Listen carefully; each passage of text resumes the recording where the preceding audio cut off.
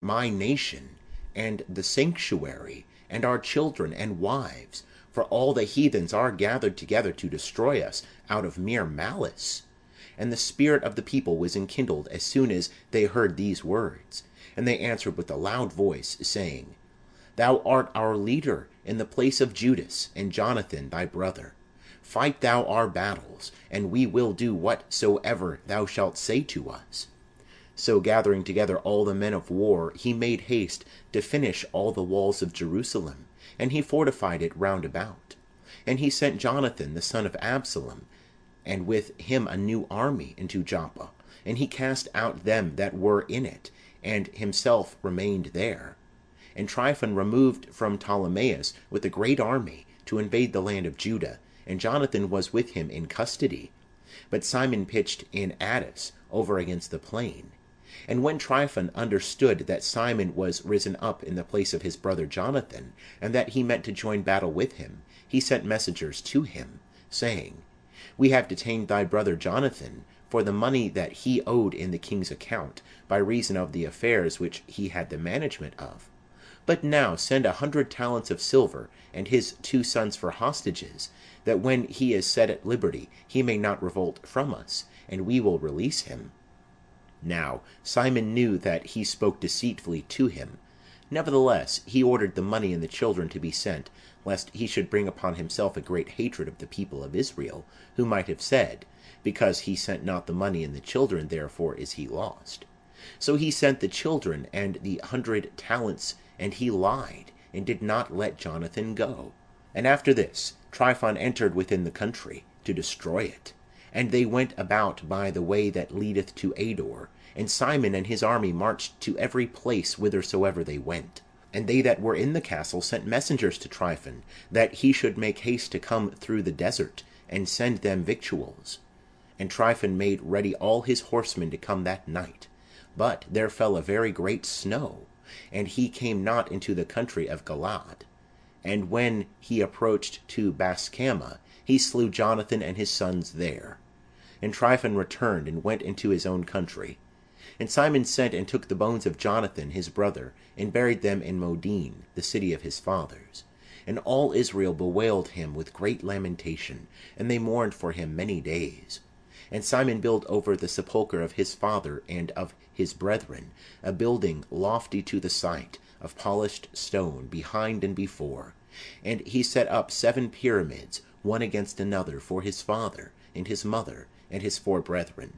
And round about these he set great pillars, and upon the pillars arms, for a perpetual memory, and by the arms ships carved, which might be seen by all that sailed on the sea. This is the sepulchre that he made in Modin, even unto this day. But Tryphon, when he was upon a journey with the young king Antiochus, treacherously slew him. And he reigned in his place, and put on the crown of Asia, and brought great evils upon the land. And Simon built up the strongholds of Judea, fortifying them with high towers, and great walls, and gates, and bars, and he stored up victuals in the fortresses. And Simon chose men, and sent to King Demetrius, to the end that he should grant an immunity to the land, for all that Tryphon did was to spoil. And King Demetrius, in answer to this request, wrote a letter in this manner. King Demetrius, to Simon, the high priest, and friend of kings, and to the ancients, and to the nation of the Jews, greeting. The golden crown and the palm which you sent we have received, and we are ready to make a firm peace with you, and to write to the king's chief officers to release you the things that we have released. For all that we have decreed in your favor shall stand in force. The strongholds that you have built shall be your own.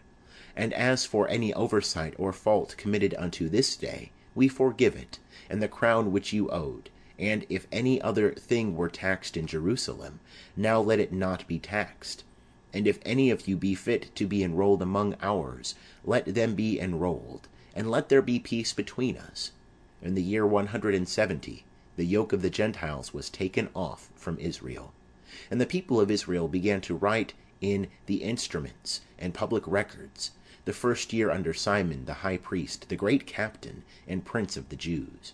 In those days Simon besieged Gaza, and camped round about it, And he made engines, and set them to the city, and he struck one tower, and took it. And they that were within the engine leapt into the city, and there was a great uproar in the city.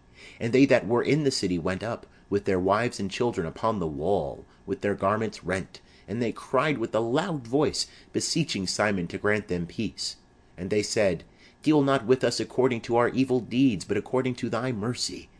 And Simon, being moved, did not destroy them, but yet he cast them out of the city, and cleansed the houses wherein there had been idols. And then he entered into it with hymns, blessing the Lord. And having cast out of it all uncleanness, he placed in it men that should observe the law, and he fortified it, and made it his habitation. But they that were in the castle of Jerusalem were hindered from going out and coming into the country, and from buying and selling. And they were straitened with hunger, and many of them perished through famine.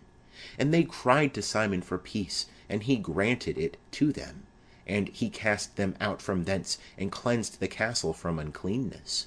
And they entered into it the 23 day of the 2nd month, in the year 171, with thanksgiving, and branches of palm trees, and harps, and cymbals, and psalteries, and hymns, and canticles, because the great enemy was destroyed out of Israel. And he ordained that these days should be kept every year with gladness. And he fortified the mountain of the temple that was near the castle, and he dwelt there himself, and they that were with him. And Simon saw that John his son was a valiant man for war, and he made him captain of all the forces, and he dwelt in Gazara. End of chapter 13. Chapter 14. In the year 172, King Demetrius assembled his army, and went into Media to get him succours to fight against Tryphon.